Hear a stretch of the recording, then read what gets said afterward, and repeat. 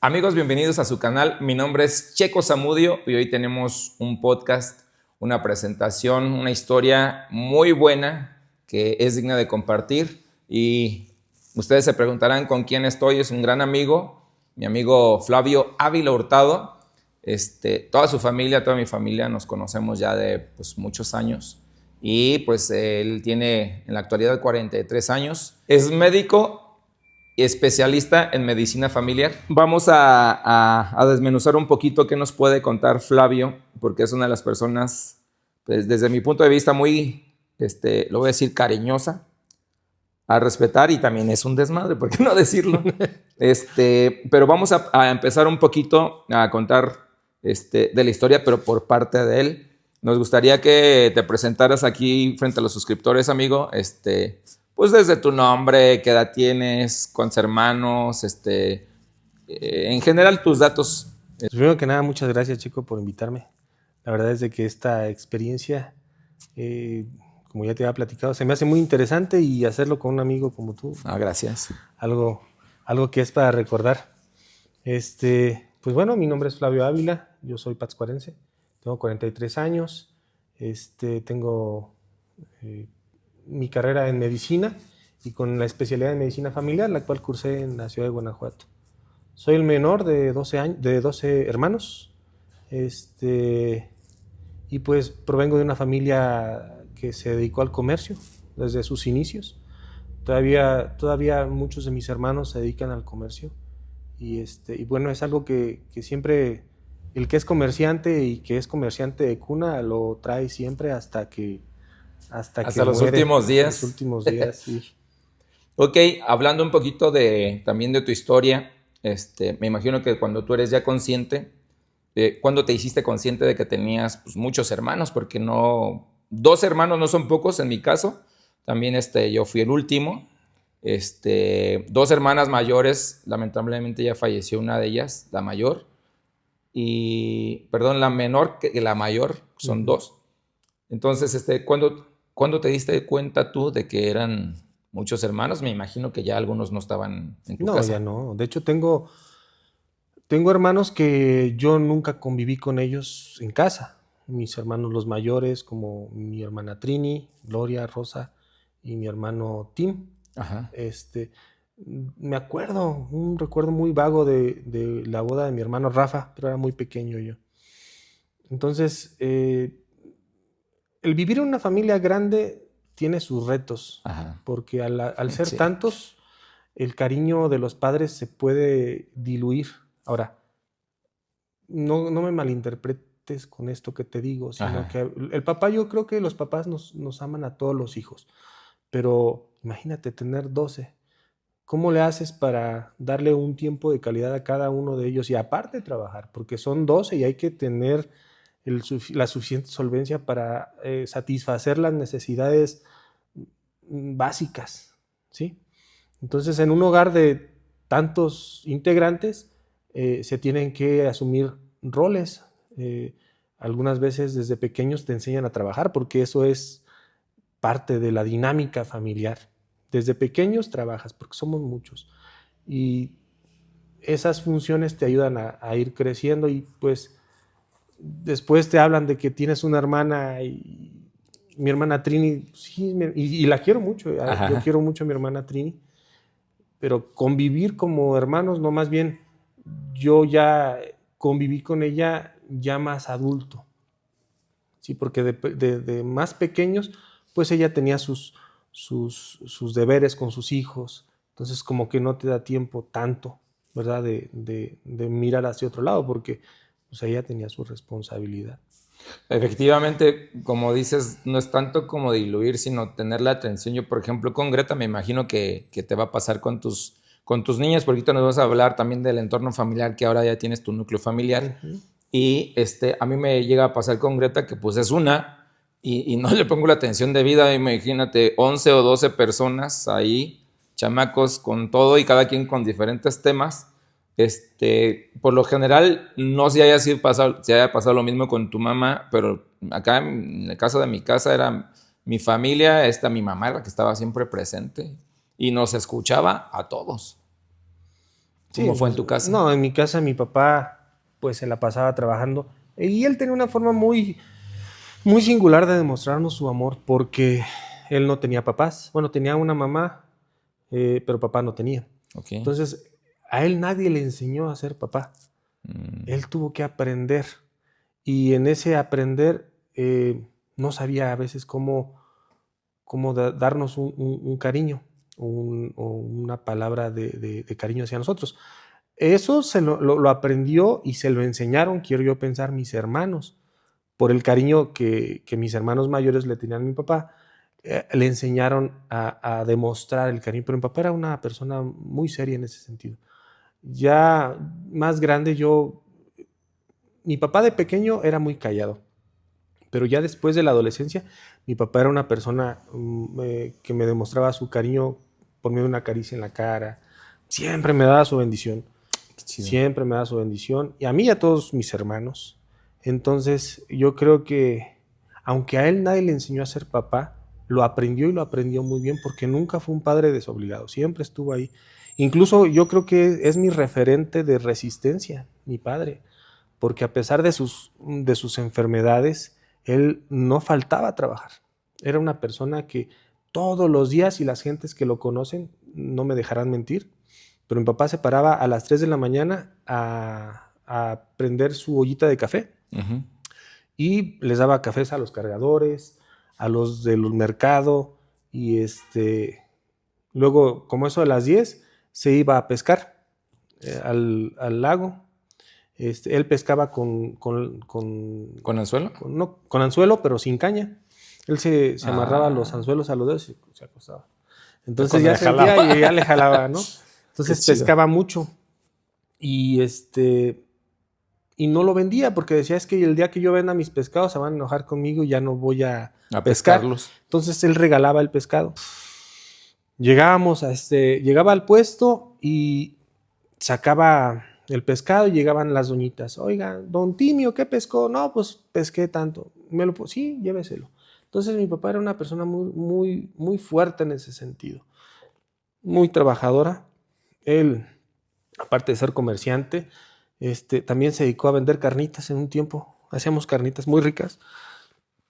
A eso de las 12 del día sacábamos las carnitas y a las 2 de la tarde ya no había. Wow. Los hermanos nos íbamos, mi hermana Maribel y mi hermano Coco, y en ocasiones yo, nos decía, mira, vas a llevar los pedidos al mercado de las carnitas. Y ya llegábamos con las carnitas y ya repartir. Entonces, el trabajo en mi casa siempre estuvo presente. Todos trabajábamos. Sí, hablando del referente de tu papá, porque tengo yo varias preguntas ahí que tengo preparadas referente a este tema, pero bueno, ahorita ya nos hablaste del núcleo familiar, de lo que ha sido la historia de las familias, podríamos decirlas de antes, que eran pues muy numerosas. Ahorita las familias de 3, 4 por mucho, integrantes en la familia, papá, mamá, 2 hijos o 1 y ya, párale de contar. ¿En qué momento? Quizás me estoy yendo muy, muy rápido hacia la pregunta, pero lo podemos regresar. ¿En qué momento tú pensaste que ibas a ser médico, o si ya lo tenías presente desde chico, o qué fue lo que te llevó, o cuándo fue cuando te diste cuenta que la medicina era tu fuerte? Fíjate que es una muy buena pregunta. De pequeño, la neta, no habrá quien sí ya tenga desde pequeño su destino y ya lo sabe. Yo no tenía idea de qué iba a ser. Okay. Francamente no. Inclusive yo no fui un buen estudiante en la escuela. Te voy a decir, así sinceramente, la primaria era de 6. Me pasaban porque ya no me querían tener en el grupo. Me decían, no, ya, que se vaya, pásenlos. Antes de que continúes, los Ávila son así porque su primo, el Agustín, hijo de su madre, no lo aguantaban. No, es que sí. Y tal vez es que en ese momento no nos entendían los profesores, porque yo creo que todos tenemos habilidades. Y nosotros éramos, o yo era un niño muy, muy hiperactivo. Entonces, en la primaria, te lo juro, tengo un promedio de 6.8. En la secundaria, mis amigos de la secundaria, si es que están viendo esto, pues tampoco me dejarán mentir, era malo. Y de hecho, yo la secundaria no la terminé. Todos les entregaron su su certificado cuando entras por los papeles. Pero a ver, amigos, seamos realistas. ¿Eras malo porque eras burro o eras malo porque te valía madre y te preferías ir a jugar o yo no sé? Era malo porque me gustaba el desmadre. Bueno. O sea, es que hay que separar dos cosas que a veces nos confundimos porque a veces el que es el matado no realiza pues, una vida plena o no logra ciertos objetivos. Y los que eran desmadrosos y después se enfocaron, no era que fueran burros o que no fueran inteligentes, sino que estaban desenfocados y es tal vez ese ritmo que traían de estar en todos lados no les permitía. No, y aparte, mira, durante la secundaria yo hacía así, me valía madre. Y yo lo acepto, lo reconozco. Te decía, en la entrega de certificados a mí me entregaron una carpeta en blanco. Así de, y pues yo que le entregaba a mi familia, no, pues toma la carpeta, ¿no? Ya después dejé de estudiar un buen tiempo, unos años, me dediqué a ayudarle a mi papá en el negocio, hasta que una vez un cuñado mío, mi cuñado Willy, me dijo, oye, ¿neta piensas hacer eso toda tu vida? O sea, ¿tú piensas estar en el puesto toda tu vida? ¿Qué edad tenías? Yo tenía ya en ese entonces 17 años. Ok, ya estabas más ya estaba ya viejillo. Y en ese momento dije, wow, o sea, que sí es cierto, o sea, porque la vida del comercio es una vida muy noble, siempre traes dinero, pero es muy sacrificada. Ajá. O sea, te estoy hablando de que nos parábamos a las 3 de la mañana y tú no me dejarás mentir, era el único negocio en Pátzcuaro que abría a las 24 horas. El único, éramos las 3 de la mañana y nosotros estábamos ahí vendiendo tortas a los que salían de los bares, a los que salían de los lugares ahí, Esos lugares. Esos lugares. Era el único lugar donde iban a comer. Y había dos opciones. Era o el Ticha o nosotros. No, pues no, ustedes. Y entonces nos íbamos y ahí nosotros teníamos una tele y poníamos películas. Fue una etapa difícil, dura, pero también reconozco que me ayudó bastante y me hizo ser muy resiliente. Ahora bien, después de eso me decido a estudiar. Me acuerdo que fui a la secundaria y dije, bueno, pues aquí estoy. ¿Qué tengo que hacer para que me den mi certificado? Y el maestro de física me hizo el examen. Ajá. Y me pasó. Mira, yo no había estudiado nada, pero sí me dijo, si tienes las intenciones de seguir estudiando, yo no voy a ser quien te detenga. Más adelante, esto que te estoy enseñando, tú lo vas a aprender, si es que realmente quieres estudiar. Okay. Y me dio luz verde. Después, la maestra, porque curiosamente yo reprobé artísticas, siendo que es una área en la que esto lo vamos a platicar más adelante. Me reprobé en artísticas y creo que esa fue una lección muy dura que me dio la maestra. Y me dijo, no voy a decir quién es, no quiero que esto vaya a afectarla, pero sí me dijo, ya vienes por tu certificado. Bueno, pues entonces quiero que les digas aquí a todos los niños que te vean, porque mira, ya estás grande y vienes por tu certificado. Diles qué no tienen que hacer para que no sean como tú. No. Y no es broma, o sea, en verdad eso hizo la maestra y yo pues dije, pues ya estoy aquí. Y ya les dije, no muchachos, pues échenle ganas, porque pues mira, yo estoy aquí. Y esa fue la forma en la que ella me pasó. Mira, no me arrepiento. Creo que si eso lo tenía que hacer para poder seguir estudiando, fue hice lo que se tenía que hacer. Ya después de eso entré al CEBET, no, al bachiller. Es que mira, pasé por todas las prepas también. Okay. Es que si era malo en la secundaria, en la prepa era malo ya remasterizado. Porque pasé por el CONALEP, bachilleres de Michoacán, por el CEBETIS. ¿Pero por qué tanto pasadero, amigo? Porque era bien desmadroso. O sea, aunque yo quería estudiar, pues el desmadre me jalaba. Te jalaba el apellido, amigo. Hijo de su madre. Y en el que duré en el CEBETIS, sí duré hasta quinto semestre, pero también era muy malo. A mí me gustaba el CEBETIS y yo iba al CEBETIS y duré tanto porque iba a danza. Ah, ya. Entonces, sí, ahí hay una historia muy macabra. No, hermano. Ahí está horrible esa historia, pero... Antes de que avances ahí, ¿te acuerdas que estabas estudiando en el CEBETIS? ¿A qué carrera te metiste? Empecé en turismo. Y después di el brinco a puericultura. Ok. Y ya creo que desde ahí se veía que yo quería algo relacionado con las ciencias de la salud. Sin embargo, para ese entonces yo todavía no tenía la confianza en mí, ¿no? Porque era un muchacho muy inseguro, muy inseguro de lo que quería. Entonces, algunos maestros, tampoco quiero decir cuáles, pero sí me decían que yo no servía para estudiar, que mejor me dedicara a vender tacos.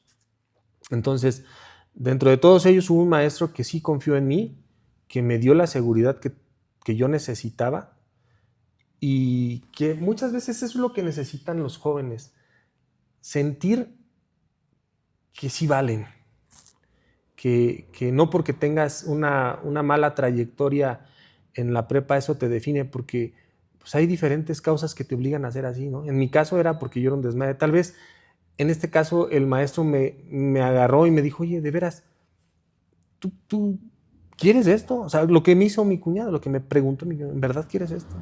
Esa fue la segunda Sí, fue la segunda reafirmación. Y el doctor es una persona, porque él ya falleció, el doctor Moreno. Ok. El doctor Moreno me dio clases en la Federal por Cooperación. Y pues te digo, en la escuela había compañeros que eran muy listos, en verdad, de 10 completo, y yo seguía con mis 6. Entonces Moreno sí me dijo, mijo, necesitas echarle ganas. Tú tienes mucho potencial. Nada más es cuestión de que te des cuenta hasta dónde puedes llegar. Y lo único que tienes que hacer es echarle ganas. Disciplínate, muchacho, me comentaba el doctor Moreno.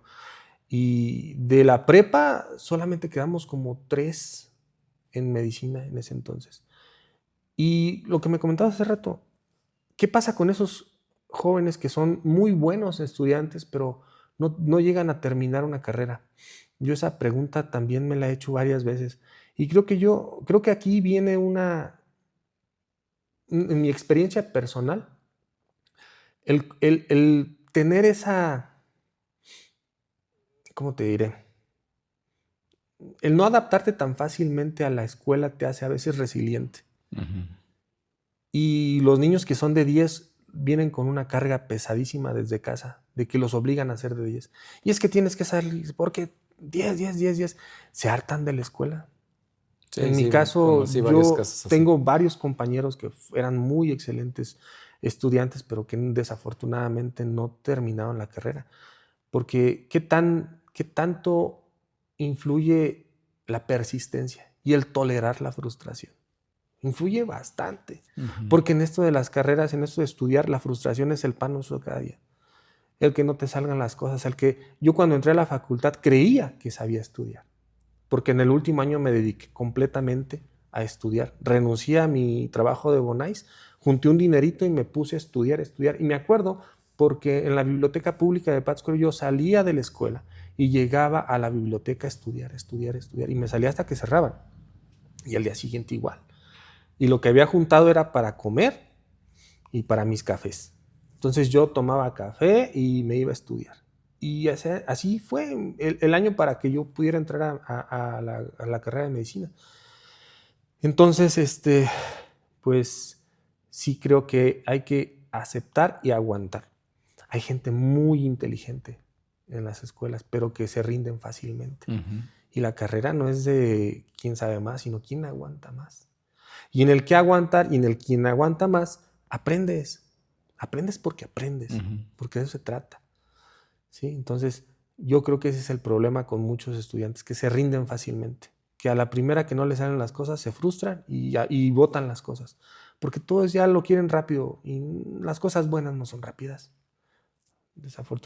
Afortunadamente no son rápidas, porque eso te ayuda a valorarlas más. Así es. Por ahí me diste varios datos muy interesantes. El primero fue la danza, luego dijiste Bonais. Sí. Y luego hay ciertas cosas que están presentes paralelamente a lo que nos acabas de contar, a este salto que yo te pregunté sobre la medicina, pero ahí está intrínseco una que estuviste estudiando de turismo y luego diste el salto a puericultura, pero a la vez estabas en danza, aparte de la danza, porque fue una de tus pasiones. ¿Cuántos años estuviste en danza? No, estuve 3 años. 3 años. 3 años. Y paralelamente a la danza, a estar digamos, ya en puericultura, Uh-huh. ¿Qué más hacías? Pues trabajaba, le ayudaba a mi papá en el negocio. Eso era de sí o sí, tenía que estar con él ahí trabajando. Después hubo una otra etapa, ahí fueron otra persona que me ayudó también que me encaminó hacia la carrera de medicina. Ajá. Estuve en Protección Civil. ¿Cuánto tiempo estuviste ahí? Como 2 años. 2 años estuve en Amigo, tú has Protección estado Civil. en todos lados. En todos lados. Y mira, en Protección Civil se dio porque yo siempre anhelaba estar dentro de esa organización. Ajá. Se me hace una labor muy, muy noble. Dentro de Protección Civil fue para mí un refugio, porque en los problemas que se generan en todas las familias, y no quiero que esto suene a que, ay, la víctima, no, todas las familias tienen problemas. Uh-huh. En mi caso no fue la excepción. Yo un tiempo decidí salirme de mi casa y el lugar que me acogió fue Protección Civil. Entonces, yo viví ahí. ¿Qué edad tenías ahí en esa como época? 18, 19. Ok. Y Protección Civil me acogió ahí. Me dieron, yo ahí dormía. Y me acuerdo que a veces cuando no tenía dinero, Mayo, el de las hamburguesas, Mayito, me regalaba perritos de los de medianoche. De los grandotes. Los grandotes. No, así yo pensé que ibas a hacer el reto perrón, porque no te acuerdas que eran 3 perros gigantes. Te los comías y no pagabas. Él nunca quiso que yo entrara a ese reto porque sabía que iba a perder. No, con él... Te hizo paro ahí. Siempre. Mayo es una persona excelente. Sí me veía con cara de güey no ha comido. ¿Qué cuñado? ¿Te echas un perrito? Sí, me lo chingo. Y no me lo cobraba.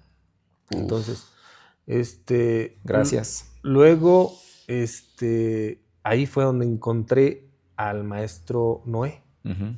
que era el comandante de Protección Civil. Como no de toda la vida. Entonces, pues ese fue el comandante ahí, fue un refugio, fue una persona que apoyó a muchos. No fui el único, ¿eh? Él ha apoyado a muchos, o apoyó a muchos, muchos jóvenes que llegaban ahí. Uh-huh. Incluso hace poco falleció el doctor Noé, el maestro Noé, perdón, y en su funeral nos encontramos con generaciones y generaciones de rescatistas, técnicos en urgencias médicas, de médicos. Yo así a corto plazo pues te puedo decir que está un anestesio, un cirujano que yo conocí ahí, y pues yo que somos médicos, pero yo a su entierro no pude ir, pero en el velorio, ajá, muchísima gente. Toda la gente conocida. Toda la gente. Entonces yo ahí ya decía, yo quiero medicina, pero todavía no tenía esa seguridad que necesitaba. Ajá. Entonces, las cosas que van pasando en tu camino van ubicándote en el momento en el que debes de tomar esas decisiones. Y en este caso, estas personas me dieron como que esa seguridad que necesitaba para decir, lo mío es medicina y voy para medicina. Y una vez que tomé eso, no lo solté. Y pasaron muchas cosas que me orientaban, que me decían, ¿sabes qué? Lo tuyo no es esto, búscate otra cosa. Incluso pensaban irme mejor a Estados Unidos. Entonces, pero no, o sea, simplemente aguantar, resistir, saber que porque tengas un mal día no significa que así vayan a ser el resto de tu vida, ¿no? Claro. Son días malos que pasan y creo yo que de los días malos se aprende más que de los días buenos, créeme. Hubo momentos en mi carrera que yo estuve a punto de tirar la toalla. Uno de ellos fue cuando yo ya no traía dinero para poder comprar un estuche de diagnóstico y me pidieron un libro y yo no tenía dinero. Entonces, ¿cómo iba a estudiar? Ya la escuela, ya los de la biblioteca de la universidad ya no me podían dar más de 2 libros por noche. Y a veces yo quería 3 para estudiar porque pues en la carrera no llevas 1 o 2 materias, a veces son 5 o 6 materias. Y en la universidad puedes estudiar hasta ciertas horas. Te prestan los libros, pero no te prestaban muchos, porque luego ya no los regresaban.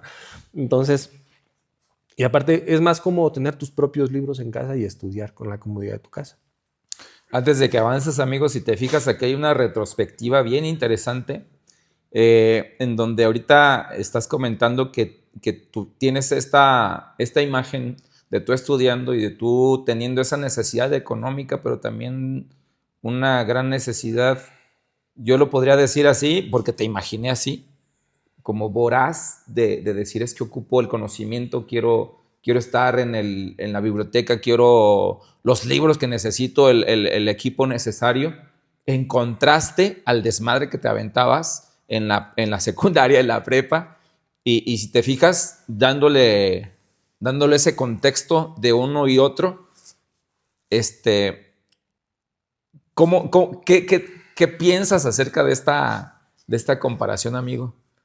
¿Eras tú? ¿No eras tú? ¿Qué pasó ahí? No, seguía siendo yo, igual de desmadroso, nada más que afortunadamente tuve la fortuna de que mis amigos en la facultad ni igual de desmadrosos que yo. Y eran buenos, o sea, eran muy pinches buenos. Muy inteligentes, pues. Muy inteligentes. Había un cabrón que yo admiro y quiero mucho, el doctor Gerardo Zavala. Él es cardiólogo. Ok. Saludos para el doctor Gerardo. Sí, ¿no? El cabrón era... Ese güey leía una hoja y te la podía... No que te la recitara, pero lo más importante te lo decía. Te lo resumía en entendimiento era y buenísimo, todo. O sea, era muy bueno. Y entonces también eso me ayudó mucho, ¿no? Entonces, con quien te juntes en la escuela también va a determinar tu éxito o fracaso. Entonces, afortunadamente, eran muy inteligentes, eran muy estudiosos, pero también estaban locos y era un desmadre. Se juntaron entonces, ahí. Nos juntábamos, me acuerdo que nos juntábamos a estudiar mucho en la casa del doctor Lombera, de Juan Manuel Álvarez Lombera. Saludos, Manuelito. Ya era una dinámica de que nos juntábamos en su casa y preparábamos frijoles Isadora con queso y chipotle.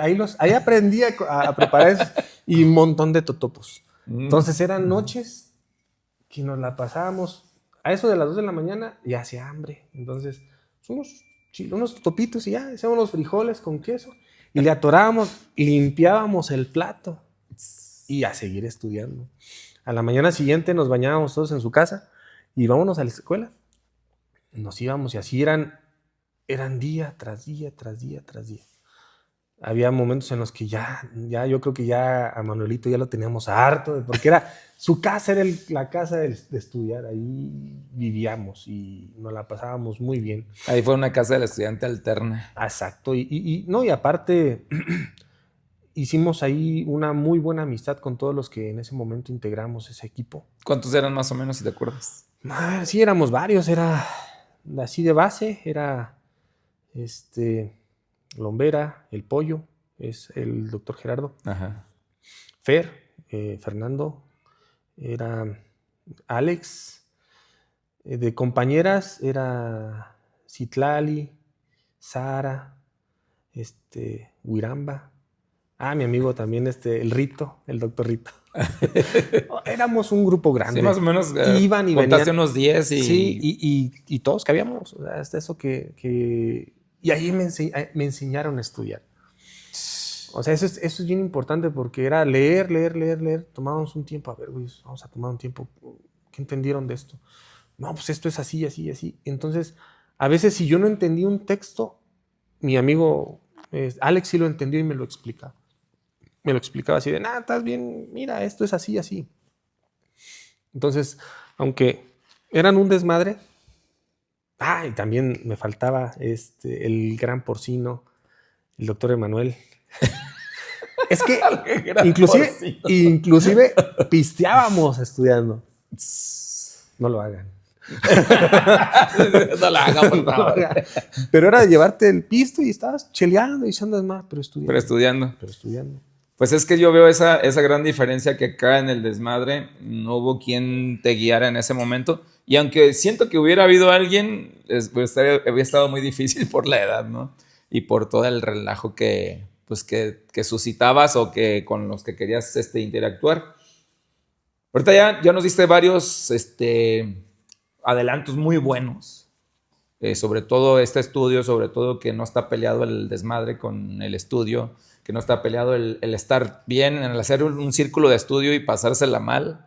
El compartir ese círculo de estudio lo hicieron intrínseco por afinidad y por varias características. Pero vámonos un poquito para atrás.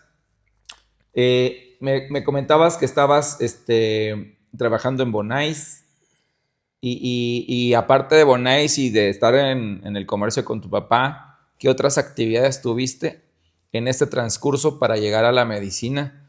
Si te acuerdas de algunos de ellos que nos puedas Sí, compartir. pues mira, por venir de una familia tan grande, a veces no te da o no da a la familia para poder satisfacer tus gustos. Ajá. Entonces yo desde pequeño, ya muy jovencito, trabajé cuando estaba en la secundaria vendiendo pan con un Ok, señor que le dicen el Güero, que tenía una panadería ahí por el mercado donde antes era la presidencia. ok. Entonces él en las mañanas me daba el pan y yo salía en las mañanas con mi canasto a las calles, me agarraba todo tángara, espejo y vendía mi pan. Ya como eso de las 11 ¿Tocabas puertas? tocaba puertas Ok, y gritaba, ¡el pan! ok. Ya la gente salía, ¿no? De ahí duré un tiempo con él, después entré a trabajar con el señor Beto que vendía fruta picada y ahí pues con todos los camaradas duré como unos 6 meses. Después de ahí trabajé como mesero en un cafecito que está en los portales de la Plaza Chica de Pátzcuaro. Ajá. Después de eso, entré a trabajar al Posado Don Vasco. ¿A poco? Sí, entré como pinche o como lavaplatos, Ayudante. Ah, ok. ayudante de lavaplatos ahí y empecé a lavar platos. Después me dieron tareas como pelar papas, así poco a poco fui aumentando o fui... Me imagino que en esa época estabas estudiando turismo. No, ¿No? no, no, ¿Fue no. previo? Fue después. Ah, ok. Sí, después. O sea, eso ya estaba yo en la Felipe Carrillo, en la escuela. Ok. Y después de eso, el hotel necesitó que le dieran un distintivo, se llama Distintivo H. Así es. Entonces, me dejaron toda una semana de noche trabajando para hacer limpieza exhaustiva de toda la cocina. Y pues ahí estoy. Y yo solo, ¿eh? Nadie me ayudó. ¿Y por qué, amigo? Pues porque querían ahorrarse unos Te centavos y agarraron dijeron, de... y se ve que trae necesidad, que se ve que trae que ganas. trae ganas. Hijo Entonces, de... pues una semana me agarré y empecé a limpiar todo. En ese entonces la gerente de alimentos y bebidas me dijo, no, qué buen trabajo porque aprobamos el distintivo H y voy a sonar muy payaso si tú Ajá. quieres, pero lo aprobaron porque yo me dediqué Te a full aventaste... a que quedara impecable. Pero Y aparte traías el colmillo, pues, del puesto de del tu puesto, jefe. O sí, sea, te vieron ahí el sí, y no, inclusive la parrilla estaba llena de cochambre. cochambre y yo ya quería terminar. Entonces lo que hice fue aventar sosa cáustica a toda la campana y con una compresora empecé a darle y se me olvidó apagarle el fusible y pues me electrocuté. ¿Cómo que eso, amigo? No me digas Sí, eso. al momento de ya empezar a limpiar, pues como tenía corriente y todo estaba mojado, me Oh, electrocuté y me manches. caí ahí, terminé. Y como estaba solo, nadie se dio cuenta. Y hasta que solito me desperté después de chingadas. ¿Neta? Sí, ya dije, no, hay que apagarle aquí. Ya le bajé la pastilla y seguí chambeando. Seguí Chale. chambeando. Después de ahí me dejaron como... ¿Cuántas horas fueron que estuviste inconsciente o cómo? No tengo idea, viejo. Pero sí me perdí un rato. Sí, se me fue la onda un rato. Increíble, ¿eh? Ya después seguí, pues dije, pues ya estoy bien, a ver, todo bien, a darle. Terminé ese día la jornada y ya después me dejaron como steward, o no sé si es correcto el nombre. Total que yo me encargaba de los buffets de la mañana. Ah, ok. Durante toda la noche yo me encargaba de picar, cocer, hacer, para que a la mañana siguiente ya los cocineros de la mañana ya llegaran y todo estuviera listo para poder ahora sí hacer los platillos. Después de eso, y ahora sí se dio el siguiente paso, que ya me dejaron como mayor de cocina. Pero ya después yo tampoco quise seguir porque el ambiente de un restaurante es muy exigente. Me Inclusive imagino. los que se dedican a la cocina sabrán que uno ni come. Se llena con los olores y yo bajé mucho de peso. Me harté, francamente yo me harté, le dije a la gerente, ¿sabes qué? Yo ya no quiero trabajar. No, te vamos a subir el sueldo. En ese entonces me pagaban 800 pesos semanales. Ok. Y me dijo que me iban a subir el sueldo, 100 pesos. Dije, no, yo no, pues por 100 pesos yo no me quedo. Y en ese momento se dio que yo me salí y me fui a buscar empleo ahí a las oficinas que se encontraban, no me acuerdo en qué parte. Y vi que decía venta de bolis. Y en ese entonces era el único pinche trabajo que estaba disponible. Venta de bolis. De bolis. Y dije, pues no tengo nada que hacer, pues vamos a trabajar vendiendo bolis. Cuando... ¿Ahí estabas en la prepa o ya estabas? En la prepa. Okay. De ahí se dio, llegué y fui el segundo que contrató a la empresa de Bonais. Entonces, los bolis eran Bonais. Los bolis eran los Bonais. Y cuando me dijeron cómo estaba la... Pero me acuerdo que era el uniforme y el carro, o sea, todo el branding que traían era pues muy bien hecho. Y era una onda de mercadeo tremenda. Cañona. Yo llegué y empecé a ver el pinche... Bueno, vi el perdón, se me sale. Vi el uniforme. No es malintencionado. Vi el uniforme y dije, no manches, ¿a poco sí me voy a poner eso para así? Sí. Y los chavos me dijeron, sí, te lo tienes que poner. No es de que quieras, te lo tienes que poner. Si quieres trabajar con nosotros es eso. Y vas a ganar tanto por ciento. En ese entonces me daban 50 centavos por boli. Ok. Yo dije, 50 centavos es nada. Pero ya estoy aquí, o sea, vamos a trabajar. Entonces no tenían base. No. Sueldo base era el porcentaje. Vendías lo que tenías lana, si no, no. Exacto. Ok. Y yo dije, pues veas de aquí, o sea, voy a ver cuánto gano. Wow. Fue una locura los Bonais aquí en Pátzcuaro. ¿Por qué, amigo? Porque se vendían solitos. Yo salía con mi carrito, era una hielera grande y una pequeña. Ajá. En la pequeña les poníamos para rápido destapar. En ese entonces yo me acuerdo que di una vuelta de donde estaba la base que estaba enfrente de la central a la escuela primaria Gertrudis Bocanegra. Okay. Y en ese lapso... No es una gran distancia, estamos hablando de... 500 metros. Por mucho. Vendí la mitad, traía 200 bolis. Llegué a la escuela de Gertrudis Bocanegra y nada más me puse ahí y los chiquillos, ¿qué es? Bolis. Y empezaba a cortar y pum. A eso de las 12:40, yo ya había terminado los bolis. Y fui por más. ¿Sabes qué? Dame más porque ya se me acabaron. Y pues de a 50 y a 50 centavos yo en 2 días ganaba lo que me pagaban en el Hotel Posada Donbass. Nada más de vender bolis. Hay algo que yo quiero preguntarte y sí me da mucha curiosidad. Porque en todo este tipo de trabajos los tenemos estigmatizados los mexicanos en general. Porque dicen, ¿cómo tú, Flavio, vendiendo bolis, cabrón? O sea, porque parece ser que nosotros denigramos los oficios y la verdad es que ni siquiera sabemos, te lo digo yo, que soy músico callejero.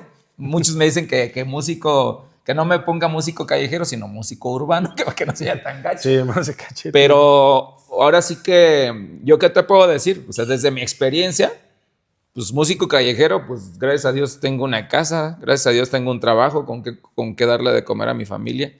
Desde esa perspectiva, ¿llegaste a recibir comentarios o ni cuenta te diste o te valía o algo que nos pudieras decir acerca de eso? Sí, primero uno tiene sus propios demonios, ¿no? Y el hecho de salir a vender hielitos. Uno mismo, ¿verdad? Sí, en un carrito azul y vestido de pingüino. Como de payaso. Como de payaso. Porque yo me imagino que lo que pensaste. Sí, dije, no manches. Es que chingón. Pero aquí se tiene que, bueno, yo tuve que decidir, ok, pues sí, me voy a decir de payasito, pero voy a ganar dinero honrado. No, y lo que me acabas de decir.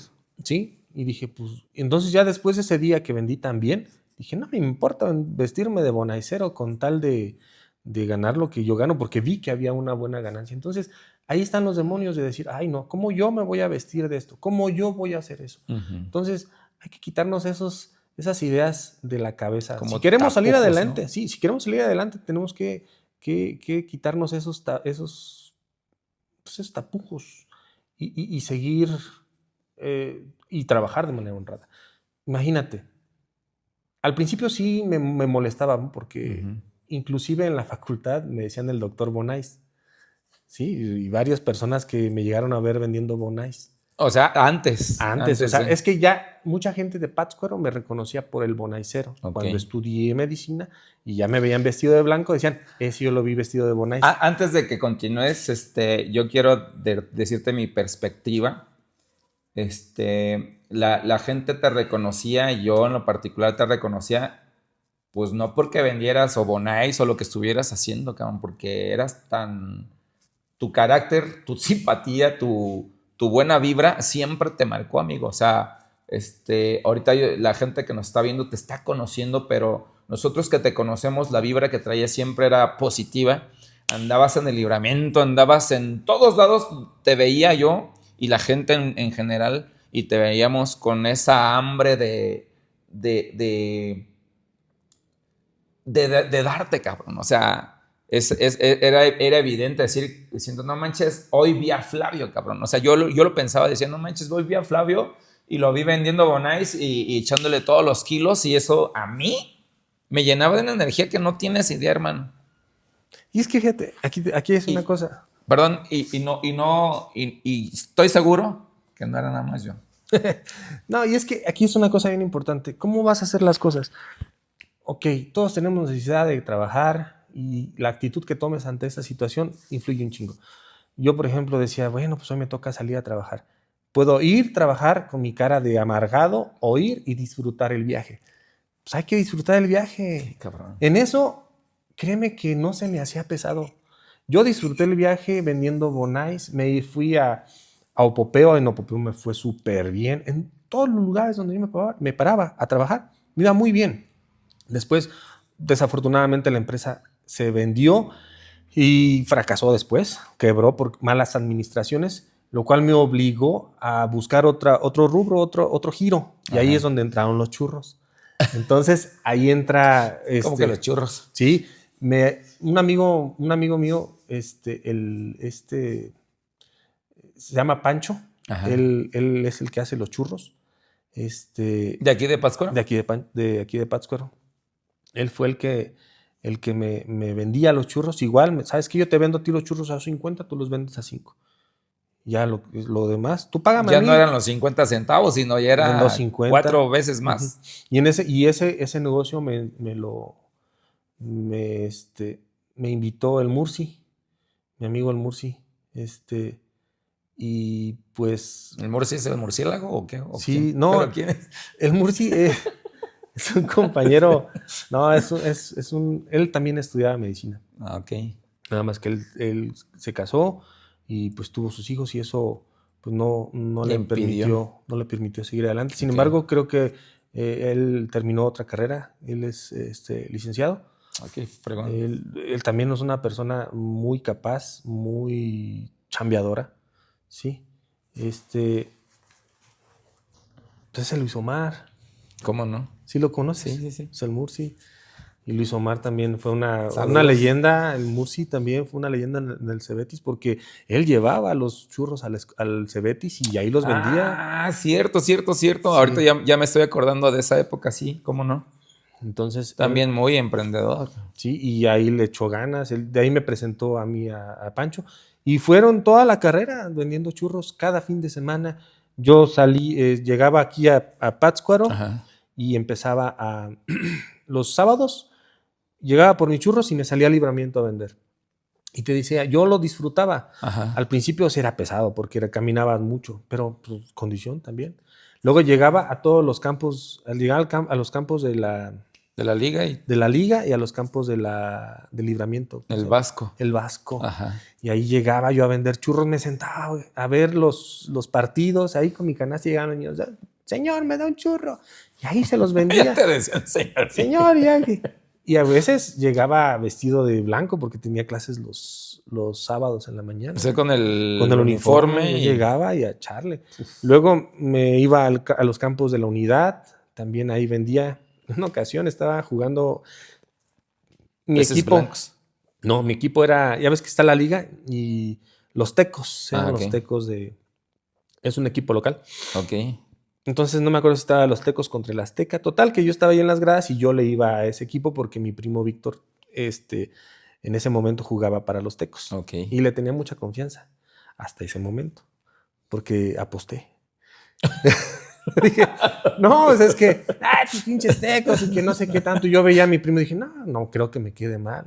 Claro. Te apuesto los churros a que ganan los Tecos. ¿Y cuántos traías? No, ya traía como la mitad. Sí. Entonces me senté a ver el partido y empecé a ver cómo estaban jugando. Y no, neta, no estaban jugando tan bien, no le estaban echando ganas. Estaban con hueva. Con hueva y en ese momento dije, no, aquí los vendo, cabrón.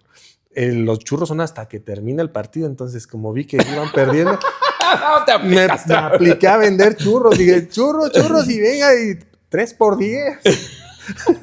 La idea es de que no le iba a dejar yo mi ganancia. Pues 1 o 2 churros, ¿no? Quizás. Y al final de cuentas perdieron mis tecos. Ya me tocó que darle los churros al camarada, pues deudas de juego, deudas de honor. Le di los churros, los que restaron, que no eran muchos. Y aquel así como, no manches, eso no se vale. Dije, no quedó en ningún lugar, quedó hasta el final. Te daba Los acuerdos churros. estaban dados ya. Sí. Entonces, a eso iba, yo me divertía mucho. Y luego... Te divertías ganando, hermano. Claro, y luego hubo un tiempo en el que tenía 2 trabajos a la vez. Era churrero y aparte trabajaba con Aramis en el bar. Trabajábamos cantando.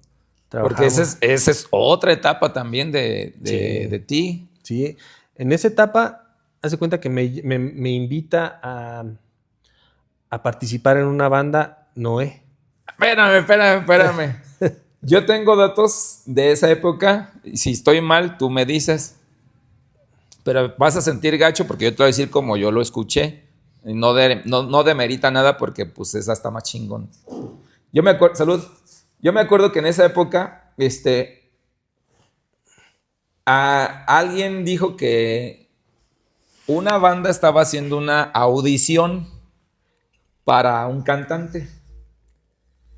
Y entonces, no sé si llegaron varios o nada más llegaste tú. No, llegaron varios. Ok, entonces, pero el comentario fue, no mames, perdón por la palabra, pero como el Flavio que vende churros, no me acuerdo quién fue, güey, pero así fue. Por eso digo que chingón. Si ese güey, pues vende churros, ¿no? Y la sorpresa es que este cabrón canta precioso. Aparte de todas sus cualidades. Y entonces ahí fue una gran época del campanario y de la banda que estuviste. Sí. Ese es lo que yo escuché, pero fíjate, qué interesante porque pues una vez más demostraste tus dotes, cabrón, o sea, increíble. Sí, fue una experiencia que me cambió. Conocí a personas que quiero mucho, que considero como mis hermanos, aunque por motivos como el porcino, como la vida pues nos ha puesto en diferentes caminos y eso nos ha alejado pero no ha disminuido el cariño que les tengo a todos mis compañeros de la banda. Te digo, Noé me invitó, que yo quiero mucho a Noé, aunque ya no nos frecuentamos. Yo a él le tengo un cariño muy especial, lo admiro, lo respeto y para mí él es como un hermano. Igual que los demás. Está Carlos, que él es dentista, él trabaja en Estados Unidos. Está Rigo, también ingeniero, su hermano. Está el porcino, Rica. Lo quiero mucho también. A Guti, cómo no. Guti también lo aprecio mucho. A todos los quiero mucho. Jimmy también estaba. El greñudo, también formó parte importante de nuestro grupo. Y fue un proceso muy bonito porque sí, hubo ese casting y a ese fueron varias personas de ahí de Pátzcuaro. Y pues yo me subí, canté y dijeron, no, pues tú te vas a quedar. Y aunque en ese momento le echaba ganas a la cantada, yo era como un palo cantando. Yo cantaba así. Y me dijo, no, muévete, cabrón. O sea, muévete porque si estamos en una banda de rock tienes que proyectar. Y pues le hice caso. Y no solamente me moví. Terminé subiéndome a la barra, ya en mis mejores tiempos, creo que ya a veces la gente no iba a escucharme cantar, sino iba a ver que era un showman yo ahí en ese momento, y más que nada porque todos mis compañeros con los que yo tocaba me daban la confianza. Porque aparte también traías el cabello largo, o sea, también estabas personificado. No, hermano. Y era andar de greñas. Luego hubo una temporada que Aramis, el dueño del bar, del campanario, le debían dinero y no le podían pagar porque pues, el chavo se había gastado todo el dinero en pisto, en alcohol, y lo único que tenía era pelucas. Y le pagó con pelucas. te lo juro. Y llegó con las cajas de pelucas. Ahí está tu papá. Ahí están, me pagaron con pelucas, a ver qué hacen con ellas. De hecho, ni siquiera nos dijo, creo que encontramos las cajas de pelucas y dijimos, todos... ¿qué es esto, Aramis? Son pelucas, y me pagaron porque pues no traían dinero. Y de ahí fue la banda de las pelucas. Todos nos poníamos las pelucas y tocábamos. Y era una locura. Es que lo extraordinario de ustedes era que eran irreverentes, pero talentosos a la vez, que eso es lo que hacía un clic interesante, porque pues una banda que no tocara bien y que se pusiera pelucas, hermano, pues ¿de dónde? No, era... Y en ese momento, en Pátzcuaro, no tengo yo un referente de una banda de rock que fuera como fuimos nosotros en ese tiempo. Así es. Porque éramos, como tú lo dices, irreverentes, éramos muy nosotros arriba del escenario. Éramos como nosotros éramos afuera. Nosotros no fingíamos, éramos nosotros arriba. ¿Sí? Inclusive en varias ocasiones Guti brincando, tocando la batería, y Rigo, que Rigo es una persona muy a todo dar, pero más rígida en el instrumento, ¿no? Es una persona que se ve, tiene un semblante serio, es un amor de persona, Rigo, pero se ve serio, pues tú lo ves y dices, qué persona tan seria. No, Rigo también le echaba, Carlitos, Noé en su teclado, a veces todos brincábamos en el escenario y el teclado de Noé también brincaba y Noé agarraba el teclado y brincaba y tocaba porque pues éramos un desmadre. En una ocasión tocamos en Cuitzeo y era un segundo piso. Pues. Entonces el lugar se llenó. No cabía un alma ahí. Y entonces empezamos a cantar una canción de Molotov y empezamos... que no brinque, que no salte. Okay. Y entonces empezamos a brincar todos y el techo se empezó a mover. Y yo que en el micrófono le decía, ya no brinquen, ya no brinquen. Ya no pudiste pararlos. La gente no escuchaba, es más, dejamos de tocar porque sentimos que se iba a caer y la gente le valió, siguió brincando. Entonces ya me dice, no sé si fue Guti o Carlitos, dice, ya no les digas, ya, vamos a tocar algo más suavecito, vamos a tocar algo, ¿cuál era? Lamento boliviano, vamos a tocarlo, algo relajado. Pues que sentíamos que se caía el lugar. Fuimos a tocar a Tacámbaro. También en Tacámbaro, cuando llegamos, ya había publicidad por todo el pueblo y la gente nos abordaba cuando bajamos. Eso pues, es una anécdota muy, muy, muy bonita, porque la gente decía, ¿ustedes son los de Nicotina? ¿Ustedes son los de Nicotina? Nosotros no teníamos idea que nos conocieran en esa zona. Órale. Y nos conocían. Qué chido. Y se nos hizo una rutina ir a tocar a Tacámbaro. Determinadas veces íbamos y tocábamos. Entonces, en la banda aprendimos mucho acerca del compañerismo, porque pues éramos con una familia todos. Ya después, cuando se da mi salida, coincide con la salida también de Carlos de la facultad. Entonces, ellos siguieron, creo, un tiempo. Cantó con ellos otro integrante que se llama Lobito, le decían Lobito. Pero ya no duraron mucho, porque pues como que ya no era la misma cuestión, la misma química. Llegamos a tocar aquí con los Choppers, en los eventos de los Choppers. ¿Cómo no? De hecho, fueron experiencias muy bonitas, porque en el escenario nos juntábamos, tocábamos y la banda Chopper respondía bien chido. Sí. Respondía muy bien. Tanto así que cada año era ya una costumbre que nosotros tocáramos en los eventos de los Choppers. Pero sí, y en eso de tocar yo en el bar era tocar en el bar en la noche, viernes en la noche, y el sábado en la mañana ir a venderte los churros. Porque yo no dejé de vender churros. O sea, sí, me va bien en los churros, pero tengo que sacar un poco más. Porque en Morelia yo tenía que pagar renta, tenía que pagar mi alimentación, tenía que pagar libros, tenía que... Transporte. Todo. De hecho, del transporte tengo algo, ¿no? Que yo no pagaba autobús, yo me iba de ride. Yo no pagaba autobús.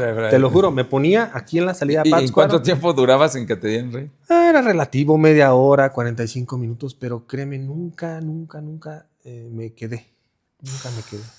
Todas las ocasiones...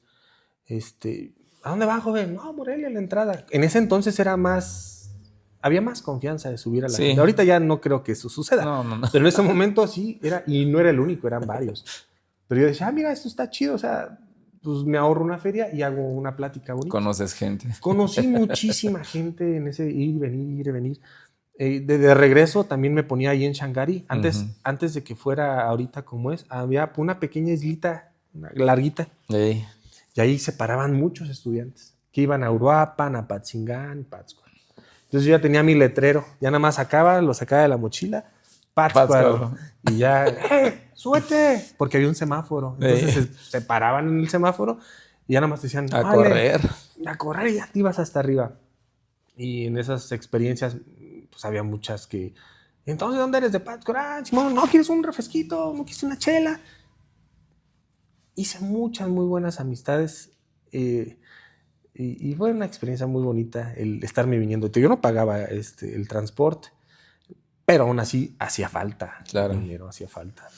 Fíjate que al estar pensando en todas estas actividades que estuviste desarrollando, amigo, la banda de rock, la venta de churros, a la vez la medicina, ¿nunca te pasó por la cabeza dejarlo, la carrera o decir, ay, se me está haciendo pesado o algún comentario o algo? Sí.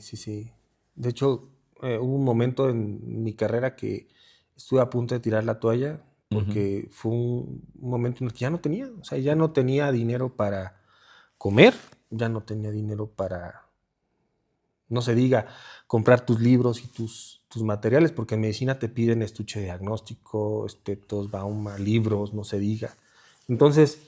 ¿Y son cosas caras? Sí, cada libro te salía arriba de 1,500. Y no era uno, o sea, tenías que comprar de todas las materias un libro.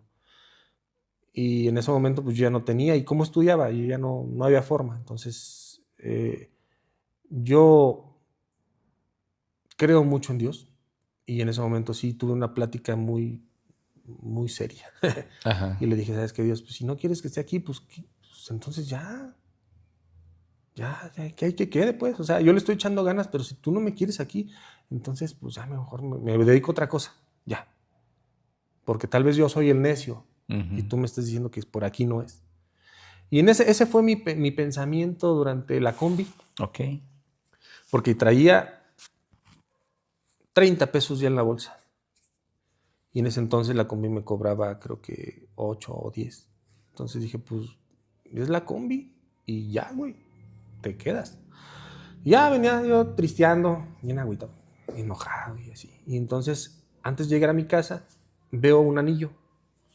Y dije, un anillo. Lo agarré y me lo llevé a la casa y empecé a hacer mi maleta porque ya me iba, güey. Ajá. Entonces dije, ¿y qué tal si es de oro? ¿Y a dónde te ibas?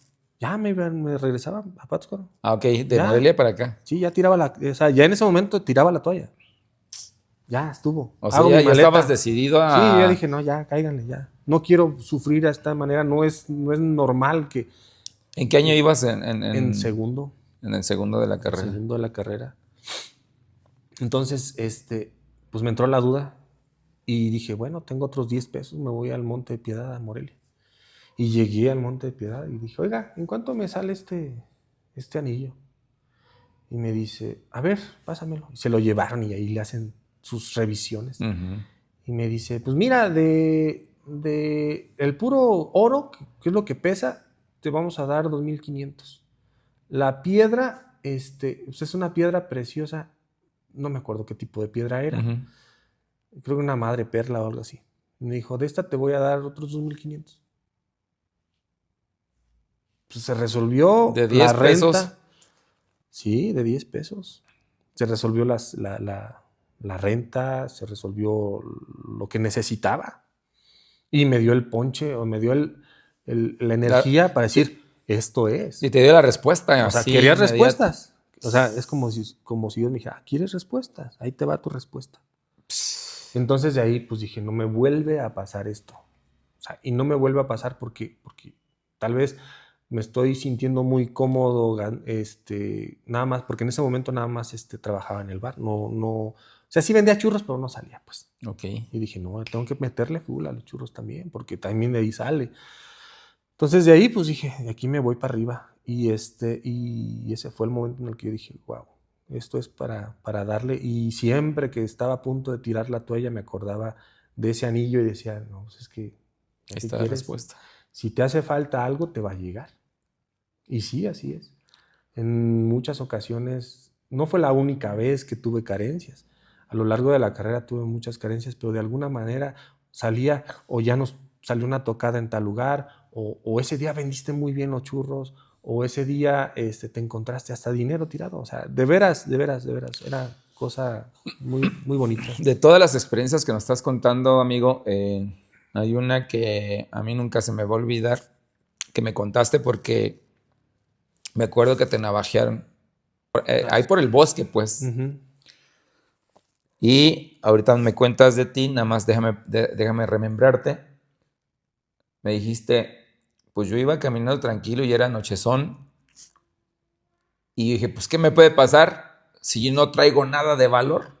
Y me dijiste, ya cuando me habían picado, dice, como no traigo mi vida, ¿qué más valioso que mi vida? ¿Qué nos puedes contar acerca de eso? No, sí, fue una situación muy difícil porque pues uno piensa que no te van a hacer nada porque no traes nada, pero a veces la gente que anda en la calle haciendo maldades no te va a preguntar, ellos solamente ellos llegan asumen que traes algo, ¿no? Entonces, iba saliendo del bar precisamente, tuvimos una tocada y me ofrecieron, creo que fue Noé o Alex, el gerente del bar, Llevarte. Buda Bar, te llevamos. Ajá. Y dije, no, me quiero ir caminando, porque siempre me iba caminando.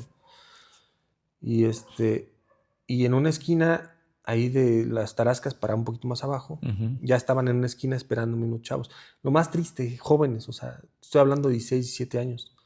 Y no me preguntaron, hey, ¿qué traes, morro? Cállate con lo que traes. O ya te la sabes. No, pues, si me hubieran dicho, pues va, güey, revísalo. Pero llegaron directo, picando.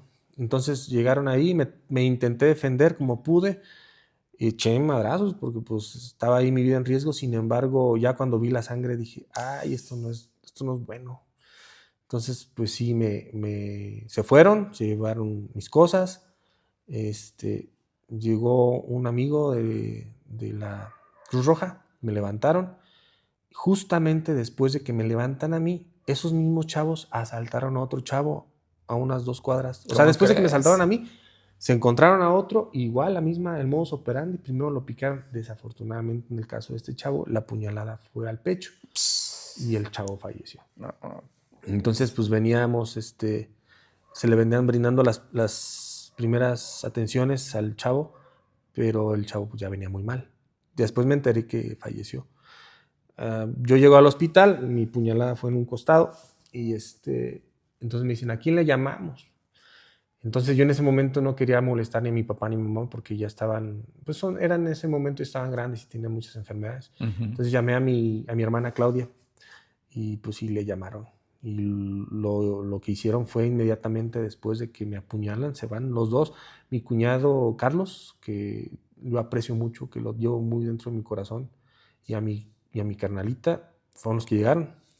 Entonces, durante ese proceso, pues aprendo lo que es ser paciente. Se me prepara para la cirugía, porque iban a hacer una cirugía exploratoria para ver si no habían perforado vísceras. Okay.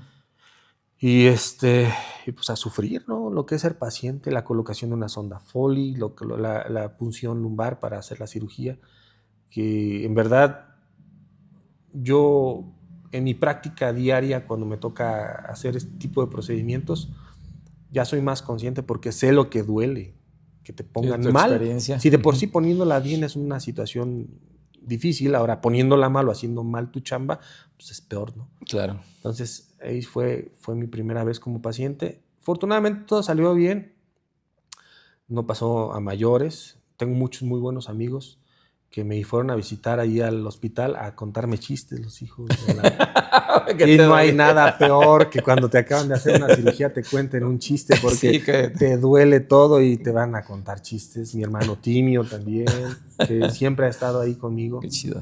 Mi hermano Timio siempre ha estado ahí conmigo, se quedó a velar conmigo. Inclusive después cuando me dieron de alta, Me dice, vámonos en taxi hasta Pátzcuaro. Le dije, no, hombre, ¿qué vas a estar gastando en taxi hasta Pátzcuaro? Vamos en uno normalito.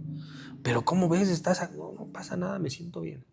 Llegué a casa y llegué y me acosté en una cama. Ajá. Y llega mi mamá y me dice, ay, hijo, ¿qué tienes? Te ves muy pálido. Porque en ese tiempo que yo estuve ahí, les dije, no le diga nada a mi mamá. No, pues no. Ni a mi papá. Entonces llegó mi mamá y me dice, ¿qué tienes? Le digo, ay, mami, te quiero contar algo, pero no te me vayas a asustar. Mira, ya todo pasó, todo está bien.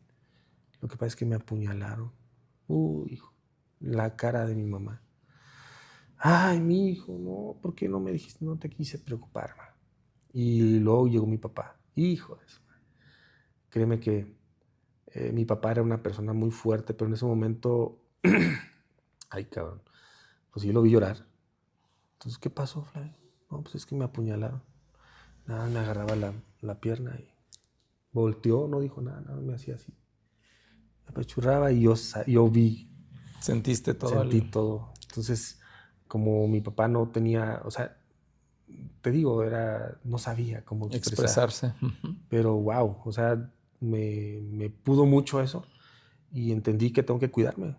De ahí empecé a tomar una decisión consciente de aprender a defenderme.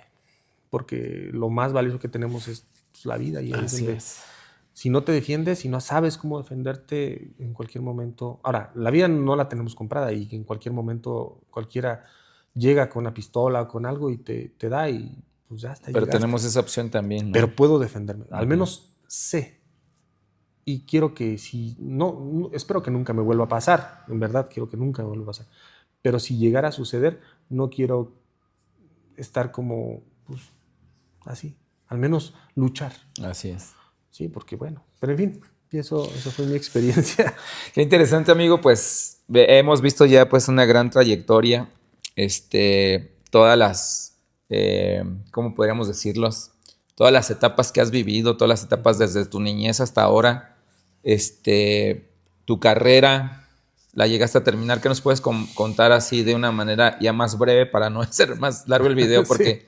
Yo estoy impactado y está súper interesante todo lo que nos estás platicando y sabemos que una hora no es suficiente como para que nos puedas contar y que nadie nos pueda contar la gran parte de su vida, pero lo más interesante es las enseñanzas que por lo menos aquí nos estás dando es el no darse por vencido, el que no está peleada una cosa con la otra como es la diversión, el ser desmadroso como tú lo dices y con saber estudiar, saber prepararse. Cuando estás cerca de la carrera, cerca de terminar, cerca de titularte, ¿cuáles son tus pensamientos? ¿Cuáles son tus prioridades? ¿Ya estabas casado? ¿No te casaste? ¿Cuándo te casaste? No, etcétera. Todavía no me casaba. Y pues ahí te va. Eso yo creo que le pasa a todos los profesionistas. Sales de la carrera y piensas que te va a llover dinero del cielo. Y ese es un error. No sucede. Ajá. Ese es ya sales de la carrera y tu vida no está resuelta. Empiezas.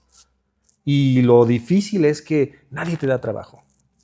Y los que te dan trabajo te quieren pagar una miseria. Así es. Y te explotan. Y ahí es donde tienes que volver a echar mano de esa resiliencia. Porque muchos desisten y dicen, no, yo no pensé que la medicina era otra cosa. Piensan que saliendo van a estar trabajando en los grandes hospitales y no es el caso. Para esto hay que trabajar duro y trabajar mucho, machetearle bastante. Y incluso te puedo decir que una vez que salí de la carrera, trabajé en diferentes lugares. Uno de esos lugares que me acogió como parte, así lo sentí, Ajá. como parte de su familia, fue el doctor Alejandro en su clínica Santo Niño, en Huiramba. Okay. Él me hizo sentir parte de la familia. Él es una persona que yo admiro, respeto y quiero mucho. Y gracias a él fue que también me dio la confianza, otra persona importante en mi vida, que me dio la confianza para poder seguir adelante. Su hermana, la doctora Guillermina, y todos los que trabajaron en esa clínica me hicieron sentir súper bien. Inclusive el día que quedé en la especialidad y me fui de esa clínica, me fui y me fui sintiéndome muy bien conmigo mismo por saber que pues estuve dando lo mejor de mí durante ese proceso de estar en ese lugar. Y lo mejor de todo es que el doctor me enseñó a trabajar de una manera diferente. Él es muy derecho en sus tratos de de medicina. Okay. Incluso te puedo decir que a veces hasta pierde. Pierde en el sentido económico porque da mucho.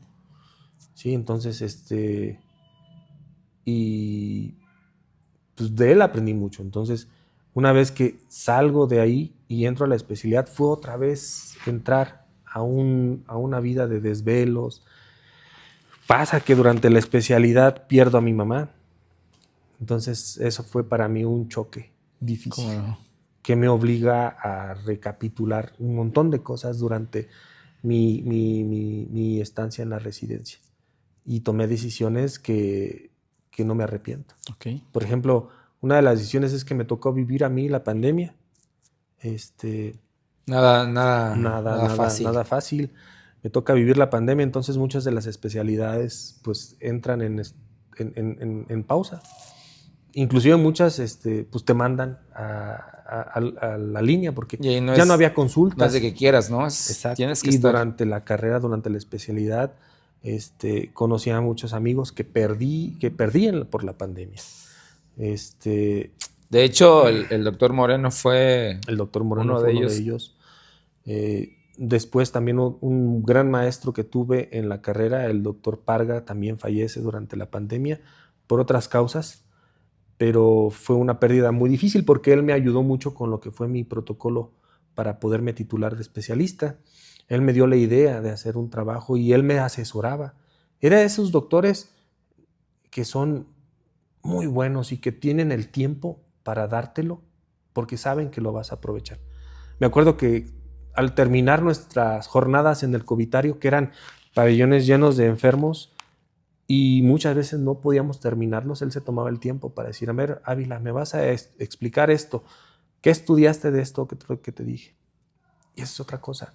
Ya para ese entonces, yo ya tenía una rutina de estudio. Uh-huh. Ya sabía cómo estudiar, sabía cómo abordar una patología. Entonces, pues las pláticas eran, mañana me estudias eso, y al final del pase de visita, uh-huh, era, a ver, ¿qué me puedes decir de esto? Y yo ya me soltaba, y él ya no me enseñaba, más bien me corregía. Ok, estás muy bien en esto que me acabas de comentar, pero yo te sugiero que hagas esto y esto y esto y esto. Léete esta guía, aborda este paciente de esta manera. Me iba puliendo. Entonces, cuando se va el maestro, wow, pues es que yo perdí a un gran maestro.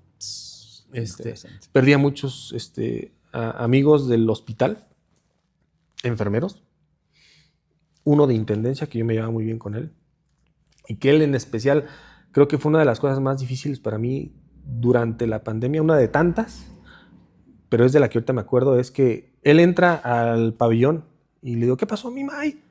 ¿Cómo que ya estás aquí? Y dice, sí, güey, es que pues, empecé con fiebre. Le dije, no te agüites, carnal, aquí vamos a alivianarte, porque así nos hablamos. Claro. Sí, aquí el protocolo del doctor, sí, yo soy el doctor. No.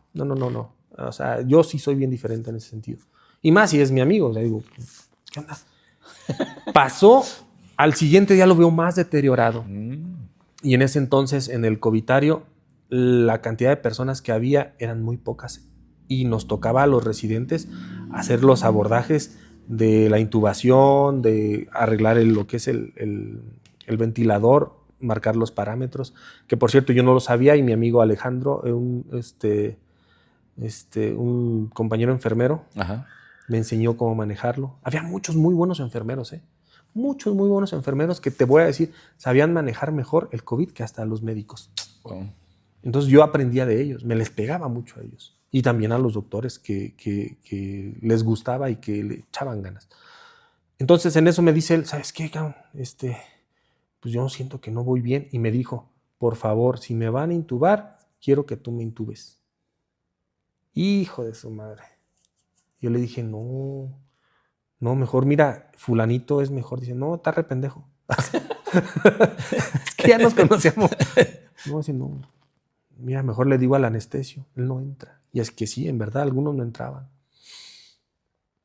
Y le dije, va, pues, pero échale ganas, cabrón. Te vamos a poner el CPAP, que era una mascarilla que les poníamos. Uh-huh. Al día siguiente me dicen, Gallo, ya no puede. Es intubarlo o intubarlo, me dice el doctor. Pues intúbalo, va. Vamos a estar aquí echándole ganas. Entonces, yo ya había aprendido a intubar porque uh-huh, intubábamos mucho.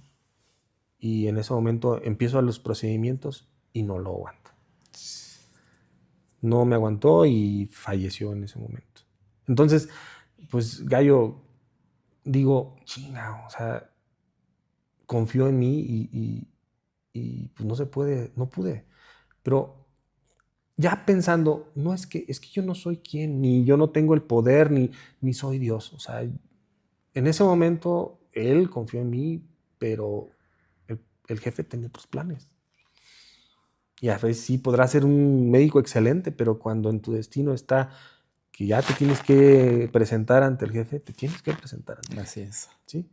Entonces, pero siempre sí te pegan esas situaciones. Claro que sí, pues es evidente que todas esas experiencias y ahora ya con que saliste de la carrera y enfrentarte al COVID y enfrentarte nuevamente al nuevo estudio, a nuevos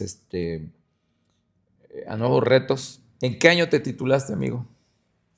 De la carrera, Ajá. me titulé en el 2014 de la licenciatura como médico cirujano partero. Entonces, de ahí esa fecha hasta ahorita estamos hablando ya de 12 años de médico. De médico general. De médico general y luego la especialidad. Inicié en el 2019 Ok. y la terminé en el 2022. 2022. Entonces ya llevas también, ¿qué? ¿4 años? ¿3 años? 3 años. ¿Y ahorita qué estás haciendo? Bueno, ahorita entré a otra área de la medicina que también me fascina y eso porque viene de un pasado. Mi papá era diabético y tenía pie diabético, le iban a amputar su pie. Ok. Entonces yo de pequeño lo acompañaba a la ciudad de León, al Hospital Centro Médico del Bajío, donde atendía a un doctor que se llama Francisco Cabeza de Vaca. Ok. O se llamaba, no sé, creo que ya falleció. Entonces, él tenía su consultorio en el piso 10 y yo me iba con mi papá y me subía hasta el piso y veía toda la ciudad y decía, imagínate que un día yo pueda vivir en esta ciudad. Y ¿Qué edad tenías, hermano? como unos 10, 12 años. Y yo decía, imagínate que yo pudiera vivir en esta ciudad. Y yo la veía enorme, la veía hermosa.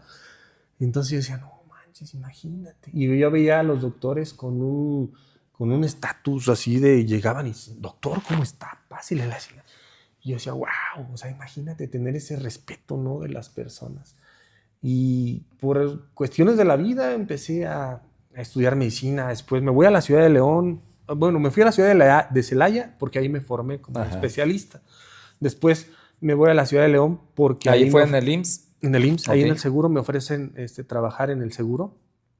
Y ahorita estoy trabajando como médico urgenciólogo en el hospital T21 del seguro. Ok. Entonces, en ese momento yo decía... Que está en León, Guanajuato. En León, Guanajueto. Ok.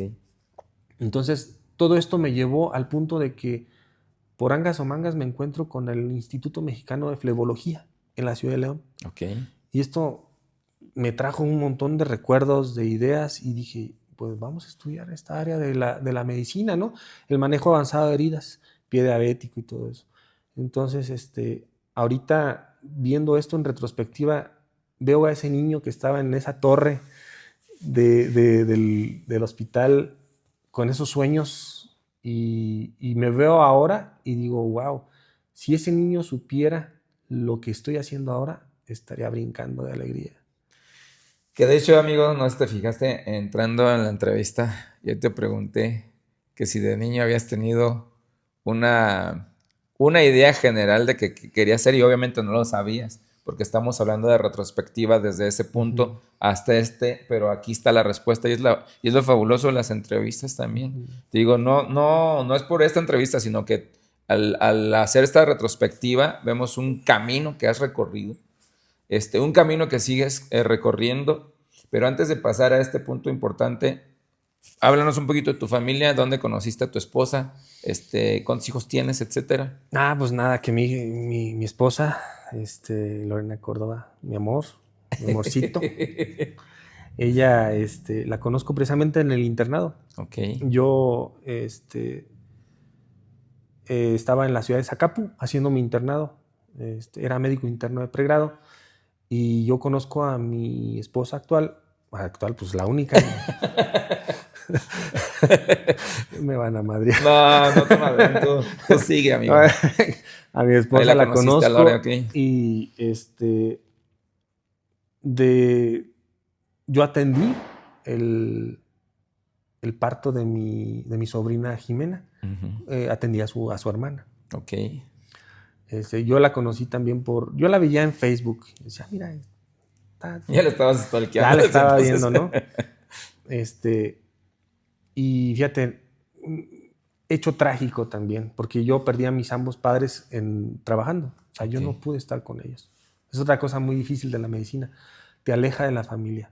Te aleja físicamente, pero nunca de corazón. Claro. Yo estaba chateando con Lorena, estaba en urgencias. Fíjate.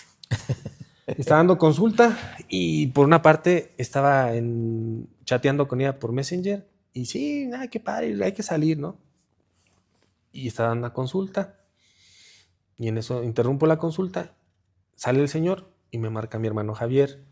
Y ya le contesto, ¿qué pasó, cachetón? Dice, Flavio, vente porque mi papá acaba de fallecer. Hijo de su madre. Pues en ese momento dejé la conversación que tenía con mi esposa, dejé la consulta y me vine. Desde Zacapu llegué en un taxi hasta... Me prestaron dinero, por cierto, mis compañeros del hospital, porque pues igual jodido, no traía para el taxi, me prestaron y llegué a Pátzcuaro ya cuando ya estaban velando a mi papá. Entonces, eso fue a finales de año, más o menos. Sí, fue a finales de año. Uh-huh. Y con Lore nos dejamos de hablar, porque yo no tenía ganas de sí, claro, estar por la situación en Pero el pues momento. por angas o mangas se dio que mi prima Cecilia se iba a casar y ahí me pregunta que si yo iba a ir a la boda. Yo le dije que pues que no, porque iba a estar trabajando, pero que igual se lo catafichaba por una salida y pues ya empezamos a salir. Empezamos como amigos, aunque ella me dice, ay, qué buenos amigos vamos a ser. Le dije, no, te equivocas, yo no quiero ser tu amigo.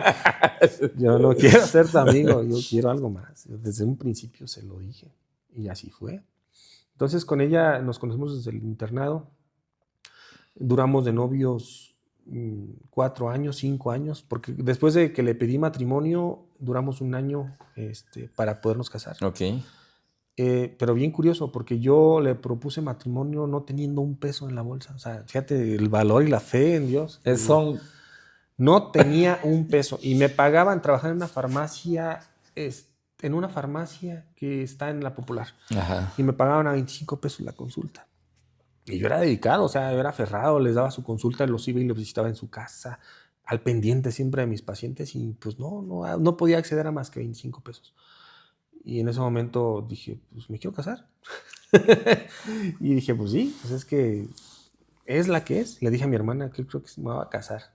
Ay, bien contenta ella, ¿no? Ajá. Le propuse matrimonio en Sirahuén y no fue nada espectacular, solamente le dije ahí. Lo espectacular venía adentro, hermano. Sí, no, ya nos casamos. Mi mujer ha sido una mujer excepcional y me ha aguantado toda esta trayectoria. Ha sufrido, ha resistido estando conmigo. Entonces yo le agradezco bastante su permanencia y su amor. Y tenemos dos pequeñas fabulosas, mi hija Abril y mi hija Sofía Victoria. A las dos las amo profundamente y por eso creo que todo lo Grandes maestras, hermano. Sí. Y me han enseñado aspectos de mí que yo no pensaba que tenía. El ser un papá cariñoso, yo nunca me vi como un papá. De hecho, hay una anécdota de mi sobrina que me preguntaron, oye, ¿cuándo te vas a casar? Les dije, yo no me quiero casar. Yo quiero hacer una subespecialidad en Europa. Pero Dios tiene otros planes. Así es. Y así, entonces, tengo ya con ella de conocernos ya 12 años y 8 de matrimonio. 8 de matrimonio. Esa es la historia ahí con ella.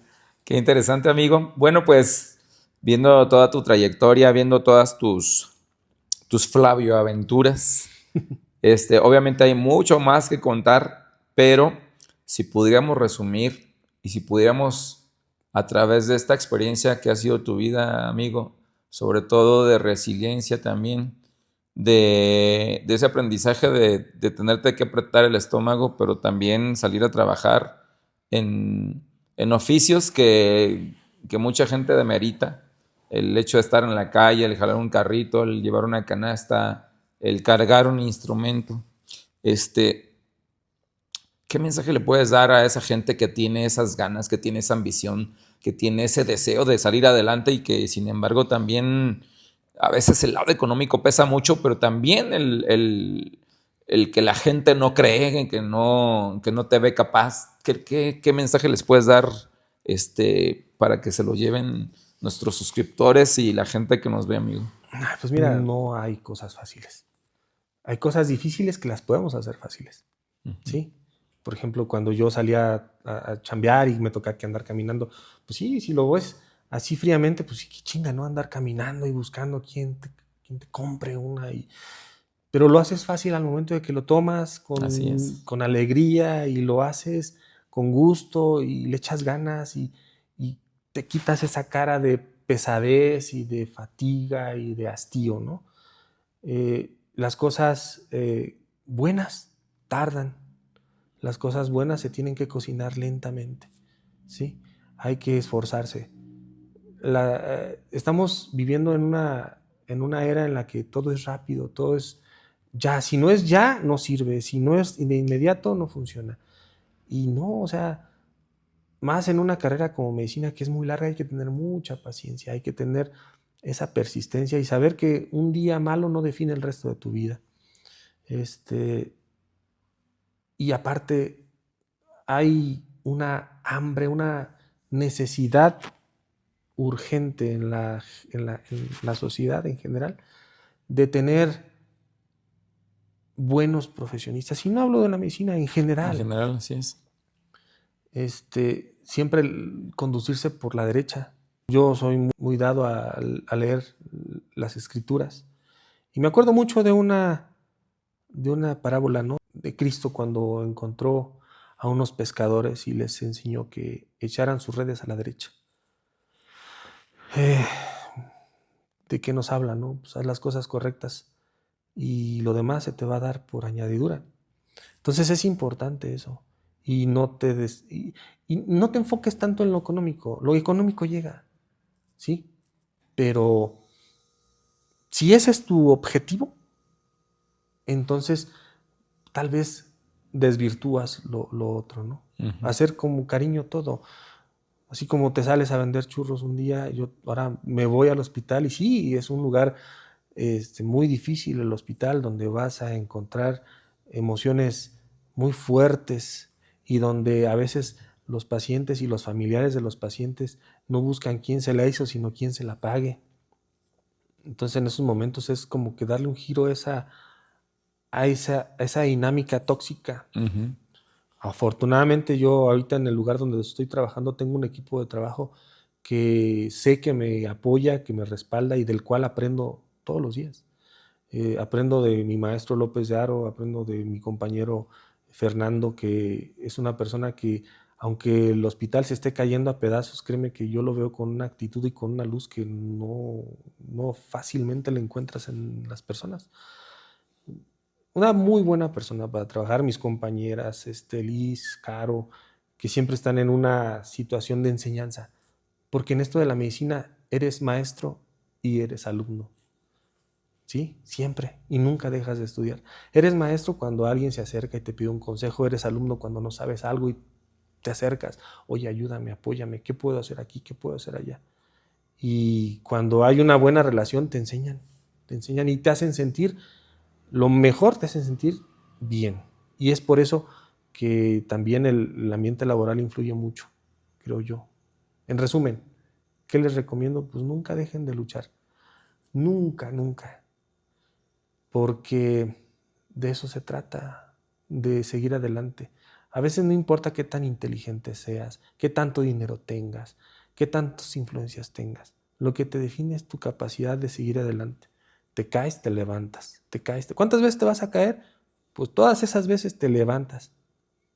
¿Por qué? Porque el día que te caigas y no te quieras ya levantar, se acabó. Así es.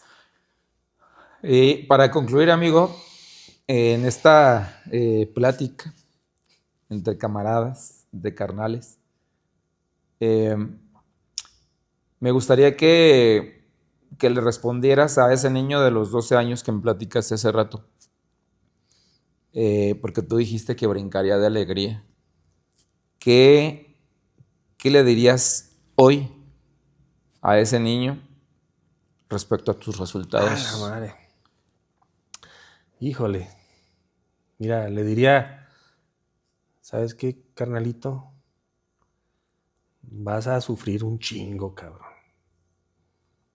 Vas a sentir que no puedes más.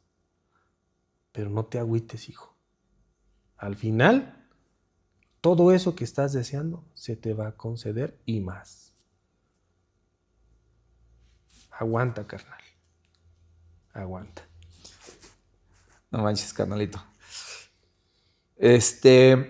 Amigos, pues yo quiero decirles que a este ser humano que tenemos aquí lo aprecio y lo amo con todo mi corazón, así como a toda su familia, a sus papás que tuve la fortuna de conocerlos, a toda su familia, gente trabajadora, gente de bien, y sobre todo el aprendizaje que yo tengo de Flavio es ese que yo les mencionaba hace rato, de que había tenido la fortuna de verlo, de verle su actitud.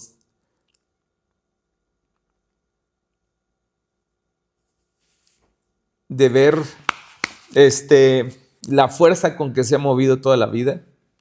Y a pesar de que es menor que yo, siempre lo tuve como un ejemplo a seguir también.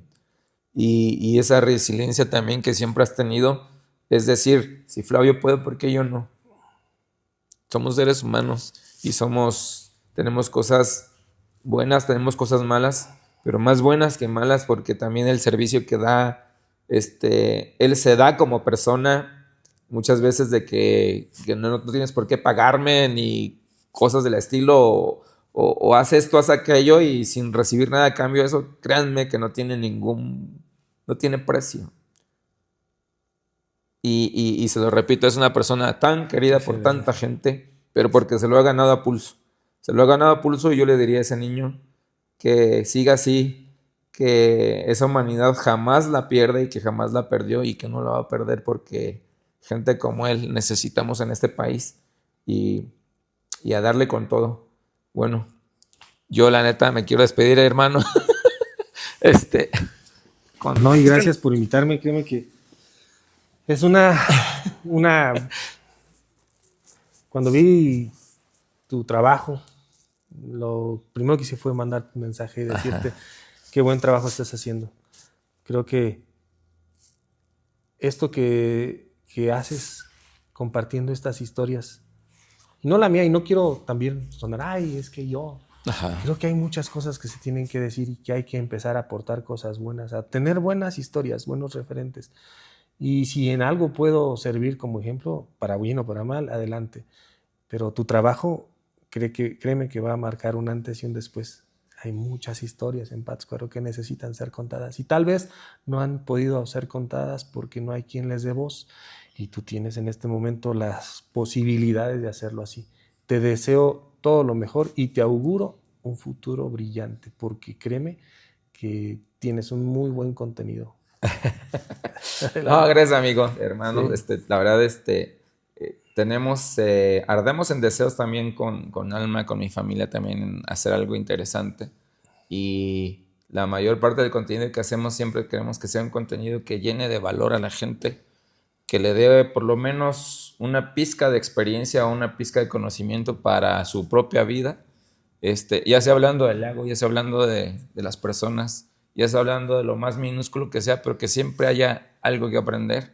Y yo creo que si este es un espacio que está abierto para personas como tú, gente con la cual podemos convivir y presentar cosas interesantes. Y antes de despedirnos, les puedo decir que se sigan suscribiendo, que sigan compartiendo, hipeando el video, y que si es de su agrado, pues nos comenten, nos compartan, le den like, y la verdad esto nos funciona mucho. Pero antes de irnos, yo por ahí le voy a pedir a mi señora que si nos puede pasar mi guitarra, porque vamos a ver si es cierto que de dónde más la iguana, porque estuvo presumiendo este vato que bien perrón en el grupo de rock y que no sé qué. No, es guasas, la verdad es que canta bien chingón. Pues ya tengo rato que no toco, pero sí, cómo no. Nos aventamos algo de lo que me sepa, porque yo sé que soy reburro para aprenderme las canciones. Un Lobo Hombre en París, ¿o qué te gustaría? Te quiero decir que esta sección, gracias amigos, nos vemos. Esta sección nada más es presentada para un único suscriptor que lo hizo de paga. Y él se llama Mexicano-san y vive en Japón. Se casó con una japonesa. Wow. Y exporta a México algunos productos. Y como es el único suscrito, como esto tiene derechos de autor, es el único que lo va a ver. Entonces, si ustedes quieren verlo, necesitan unirse a los que pagan. Entonces, ¿cuál nos echamos? Este es exclusivo. Tú dale. ¿Te late Lobo Hombre? Va. Bueno, pues recordando los viejos tiempos, un saludo a todos los de Al Campanario, Cómo no. a Nicotina,